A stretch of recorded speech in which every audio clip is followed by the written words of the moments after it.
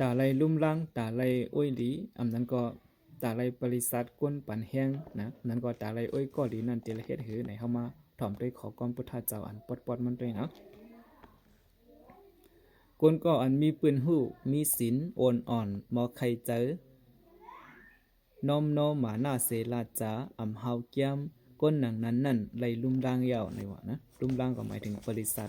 ก้นปันแห้งนั่นน่ะใครว่าจังนั้นนะจะก้นในมีลองต้องตื่นอำข้านเอิญทบตั้งหยาบกออำเจิงไว้อำขาดดังลองคัดเจอมีลองหู้ป่องจ้อมนาตีปูนพรก้นหนังนั้นนั่นไลลุ่มล่างไลบริษัทยาวในว่าสะก็อันหมอเฮ็ดก็หมอหาอ้อยหลีหมอหู้พรปางปุนพรอำจางแขนหมออ่อนนาหมออ่อนนากูลองใกล้ๆอ่อนนาก้นหนังนั้นนั่นไหลลุ่มล่างยาวกำไรคอสั่งสอนปิดปอดตาไหลอ้อยก็ลีซ้ำเป็นจังหือนะ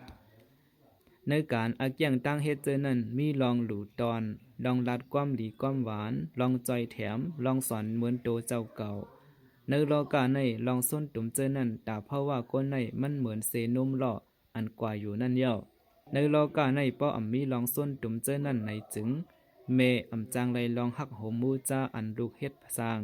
ปออำจางไลลองหักโหมมูจ้าอันลูกเฮ็ดสร้างลองส้นตุ่มนั่นย้อนภูมิดังหูเขาอ่อนกันหูหันแลเขาจังถึงตีเหยาสูงเป็นตีดีอามอ้อเสียงเสียงเย้าในเย้านะอันนี้เป็นข้อความอันไปเลยซับเลี้ยงเด้อนะเป็นข้อความพุทธพระเป็นเจ้าเฮาไว้ในสิงกาละอันไปเลยซับเลี้ยงเด้อตอนอันซับเลี้ยงมันได้เจ้าเตดูแทงตอนหนึ่งเนาะ